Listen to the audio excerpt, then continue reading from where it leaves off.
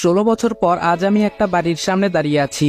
হ্যাঁ, বাড়িটা আমার নিজের বাবার বাড়ি। আপনারা ভাবছেন তো নিজের বাবার বাড়িতে কেউ 16 বছর বাদে বাড়ির সামনে দাঁড়িয়ে আছে, কিন্তু কেন? তাহলে আসেন ঘটনাটা একটু বলি, পুরোটা গল্পের মাঝে জেনে নিতে পারবেন। আমি আদিব আল ইহসান, আমরা 2 ভাই ও 1 বোন। আমি মেজো, ভাইয়া বড় আর ছোট বোন আরিশফা। বাবা এই শহরের নামকরা বিজনেসম্যান আফজাল আল ইমরান। মা একটা সরকারি কলেজের প্রিন্সিপাল। মায়ের পেশাটা শখের বশে পালন করা। ভাইয়া আশরাফ আল ইহসান আমার 3 বছরের বড়, আর বোনটি আমার 4 বছরের ছোট। ভাইয়া ছোট থেকেই আমাকে খুব একটা সহ্য করতে পারে না। যেহেতু বাবা মা দুজনেই ব্যস্ত মানুষ, তাই আমরা তাদের সংস্পর্শ খুব কমই পেতাম। বাসায় সার্ভেন্টরা আমাদের দেখাশোনা করত। এর মধ্যে আমাদের খেলাধুলা বেড়ে ওঠা হতে থাকে, আর ভাইয়া নানাভাবে আমায় অবহেলা করে, যেগুলো আমার ছোট মনে অনেক খারাপ লাগতো। কিন্তু কিছু বলতাম না, সব চুপচাপ সহ্য করতাম।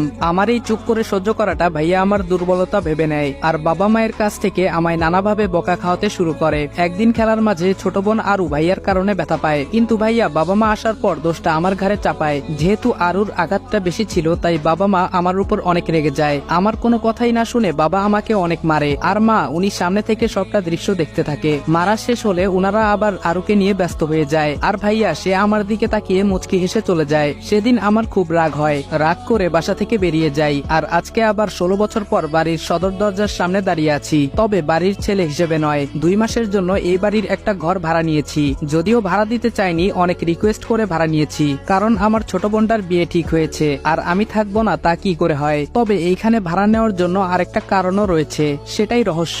আমি কলিং বেল চাপতেই একজন ভদ্রমহিলা দরজা খুলে দিলেন। আমার বুঝতে বাকি রইল না ইনি আমার মা। খুব ইচ্ছে করছে মাকে জড়িয়ে ধরি, কিন্তু না, আমার ভিতরে অনেক অভিমান জমে আছে। এত সহজে তা ভুলে যাই কি করে? আমার কাজের জন্য চাইলে অন্য বাড়ি ভাড়া নিতে পারতাম, কিন্তু ছোট বোনটার জন্য বারবার মন বলছে এই বাড়িতেই থাকবো। মা বলল, কে তুমি বাবা, কাকে চাও? আমি বললাম, আমি রাজ। আসলে আন্টি, মিজান সাহেব আমার জন্য এই বাড়িতে 2 মাসের জন্য একটা ঘর চেয়েছেন। মা বলল, ও আচ্ছা, ভেতরে এসো। ভেতর থেকে একটা মেয়ে বলল, খালামণি, এই ছেলেটাকে?